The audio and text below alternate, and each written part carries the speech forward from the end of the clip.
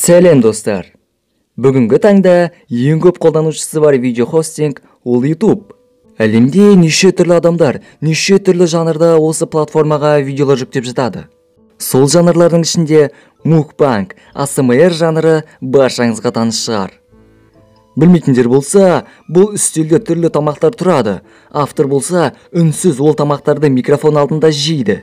Бірнеше жыл бұрын YouTube'ты бұл жанр жарып жатқанда, жүздеген каналдар осы тематикада ашылып, танылып жатты. Бүгінгі видеомызда біз осы жанрдағы бір түрлі арна туралы айтатын боламыз.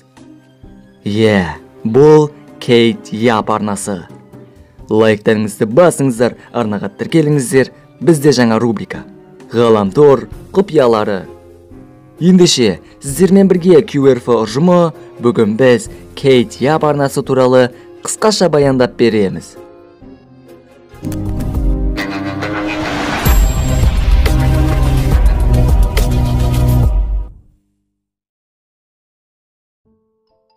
Мұна видеода көріп отырған адам бұл Кейт Яп.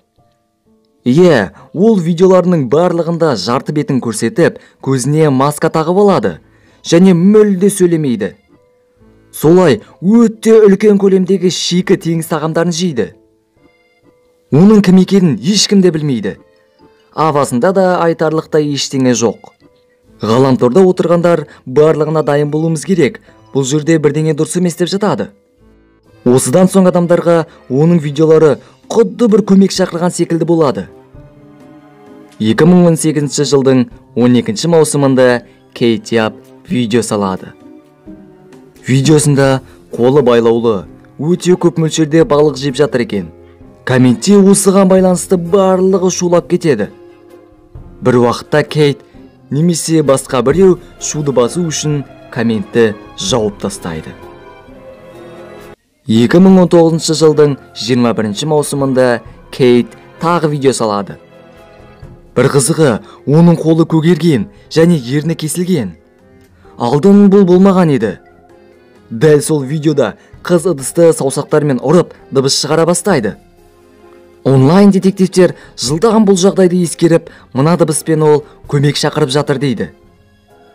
Егер оны біреу ұстап отырса, логикалық тұрғыда Кейт маньяктарға қарама-қарсы отырады. Бұл нәрселер ғаламторды шулатып, Save Kate деген хэштег пайда болады. Қыз бір видеосында мен үйде жалғызмын, видеоларымды бір өзім түсіремін деп жазған екен. Бірақ бір видеоларында ол тамақ жеп жатып, камераны біреу қозғалтқандай қозғалып кетеді. Қыз да оған мән береді. Бұл жайт бір рет болмайды. Қыз камераның артындағы нәрселерге бірнеше рет мән береді. Видеосының комментінде де видео барысында біреу сөйледі дейді. Яғни тез же, жылдамырақ деген секілді. Сенбесеңіздер, міне өздеріңіз тыңдап көріңіздер.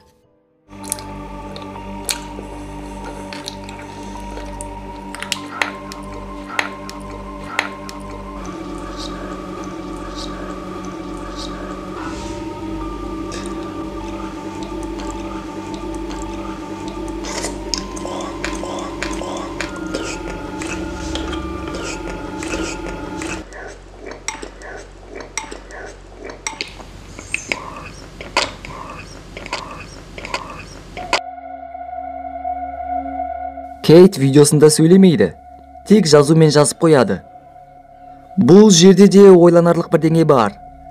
Қараңыздаршы, неге мына жерде о үлкен әріпте? Үлкен әріпте жазылғанына байланысты сос деген сөз шығып тұр. Бірақ бұл ойлардың барлығын Кейттің комментте жазылған жауабы тоқтатты. Яғни, ыдысты ұрған ешқандай код емес. Ешкім оны қинап отырмағаны туралы. Ой, адамдарды тоқтату оңай ма?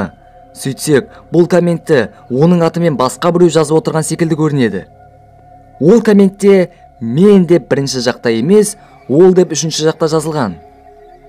Мұнадан соң Кейт 2 айға жоғалып кетіп, тағы да видео салады.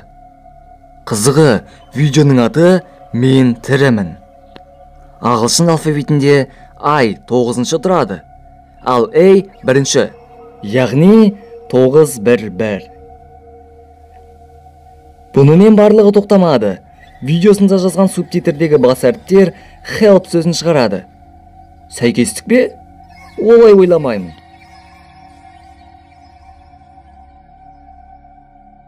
Қызықтың бәрі бұнымен әлі де тоқтамады.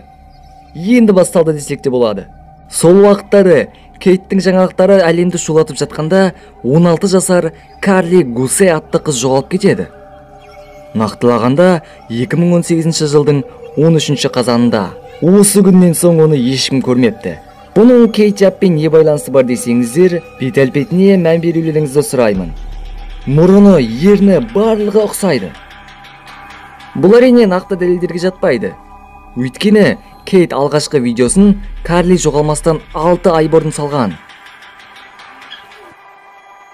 2019 жылы 10 қарашада Кейт соңғы видеоны салады. Жеп жатып, қыздың тісі түсіп қалады. Бірақ бұл Кейтке де әсер етпей, ол жеуді жалғастырады. Осыдан соң адамдар Кейт булимия атты аурумен ауырады деп болжады. Булимия дегеніміз тамақты шектен тыс жеп, тәбеттің тым жоғары болуы. Видео аяқталуға жақындағанда субтитр пайда болады. Ол жерде осы қасықтан соң тыныш қана өлуге болады деп жазылған екен. Осылайша Кейт Жап YouTube'тан жоғалып кетеді. Сіз қалай ойлайсыз? Шынымен оны теңіз тағамдарын жек көретін бір псих маниак ұстап отыр ма, немесе бұл сәйкестік пе? Оны біреу қинап ұстап отырса, бір видеосында тырнағын бояп алған екен. Оны оған кім бергені түсініксіз. Қысқасы, өз ойларыңызды комментке жазыңыздар. Бүгінгі жаңа ғаламтор құпиялары атты рубрикамыз ұнады ма? Егер де осы видеоға 1500 лайк жинасаңыздар, рубрикамыз өз жалғасын табады. Лайк басып арнаға тіркеліңіздер.